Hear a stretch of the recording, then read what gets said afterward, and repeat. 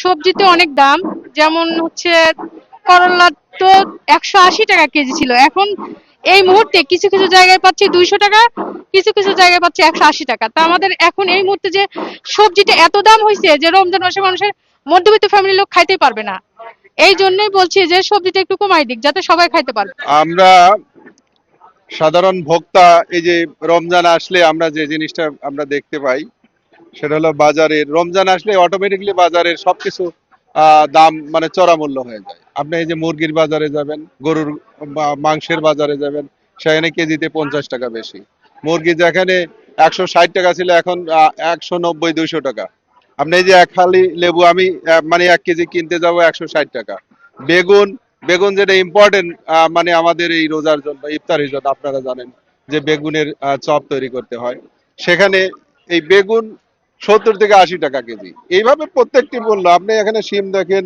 আমাদের যেটা আমরা চাই এখন নতুন গভর্নমেন্ট, আমাদের জননেতা তারেক রহমান ক্ষমতায় আসছেন, নতুন প্রধানমন্ত্রী, তাকে সময় দেওয়া প্রয়োজন। তারপরেও আমরা যেটা মনে করি এখানে যে একটা ফ্লেক্সিবল সরকার গঠন হয়েছে, অভিজ্ঞ মন্ত্রীরা আছেন, বাণিজ্য মন্ত্রী অভিজ্ঞ, আপনার কৃষি মন্ত্রী অভিজ্ঞ, এই সব অভিজ্ঞ মানুষরা এখন ক্ষমতায় আছেন। আমরা চাই ওনারা খুব দ্রুত একটা কার্যকরী পদক্ষেপ নিক।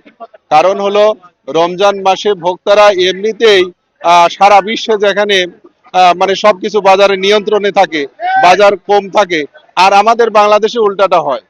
আপনি খেজুরের দাম 1000, 1200, 1500, এই এত দাম দিয়ে কিভাবে মানুষ খেজুর খাবে? আমাদের নিম্ন আয়ের মানুষদের কথাও চিন্তা করতে হবে। ধন্যবাদ। কমলা 350, আপেল 350, আঙ্গুর 400, কালোডোয়া আঙ্গুর 450। এইগুলি কিনেছি। দেখবে আপনারা দেখেন কিরকম দাম, আন্তর্জাতিক বাজার কিরকম, সবকিছু দাম সহযোগিতার মধ্যে যাতে লাভও হয়, সবাই বাঁচে যাতে যারা কম গরিব মানুষ যাতে খাইতে পারে, এরকম আর কি। মানে বিনি লাভে তো চলবি, দেশ চলা লাগবে, মানুষও বাঁচা লাগবে। এইভাবে মানে দেখা যাচ্ছে মার্কেটে খাচ্ছে, ওইলে বন্ধ করা লাগবে, সিন্ডিকেট বন্ধ করা লাগবে, বুঝছেন। এখন আমাদের এই যে বাজার আছে, এই বাজার আসলে আমার নাগালের বাইরে। এখন আমাদের এই জিনিসপত্রের দামগুলো কম লাগবে, তা নাহলে আমরা সাধারণ মানুষ চলতে পারবো না। এই অবস্থা থাকলে মনে করেন যে আস্তে আস্তে মানুষ হিমশিম খেয়ে মানে অন্যায়ের পথের দিকে ধাবিত হবে। এই জন্য আমরা চাই বাজারটা আরো নিয়ন্ত্রণ করা লাগবে।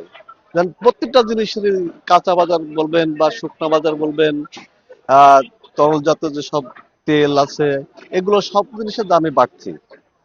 এখন এই নিয়ন্ত্রণ করতে হলে সরকারের পদক্ষেপ নেওয়া লাগবে, প্লাস জনসাধারণ সতর্ক থাকা লাগবে। আমরা এই প্রতিটা জিনিসের দামে কিনতেছি। এখন এই পর্যায়ে থাকলে পরে আমরা আসলে ঠিক থাকতে পারবো না, অন্যার পথে নিশ্চয় যাওয়া লাগবে। এই কারণে দেশে গ্যাঞ্জাম, মারামারি, রাহারাহি, খুন খারাপ হয়ে যায়, এরকম পরিস্থিতি। দাম অনেক বেশি, রমজান তো চাহিদা বেশি, দামও বেশি, এই জন্য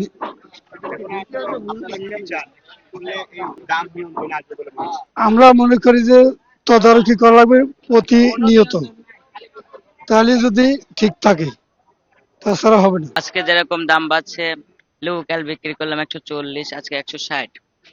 লাউ 50 টাকা পিস, বেগুন কালকে 80 টাকা বিক্রি করেছি, আজকে 90 টাকা কেজি। করলা কাল 140 বিক্রি করছি, আজকে 160 টাকা কেজি। তো মোটামুটি কিছু দাম কমছে, কিছু দাম বাড়ছে। লেবু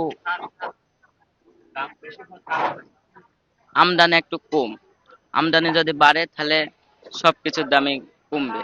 আমদানি যত কম হবে তত দাম বাড়বে। করলে কালকে যেরকম আমদানি একটু বেশি ছিল, দাম কম হয়েছে, আজকে আমদানি কম তাই দাম বেশি। এরকম যদি সবকিছুর দাম আমদানি বেশি থাকে, সবকিছুর দামই কমে যাবে।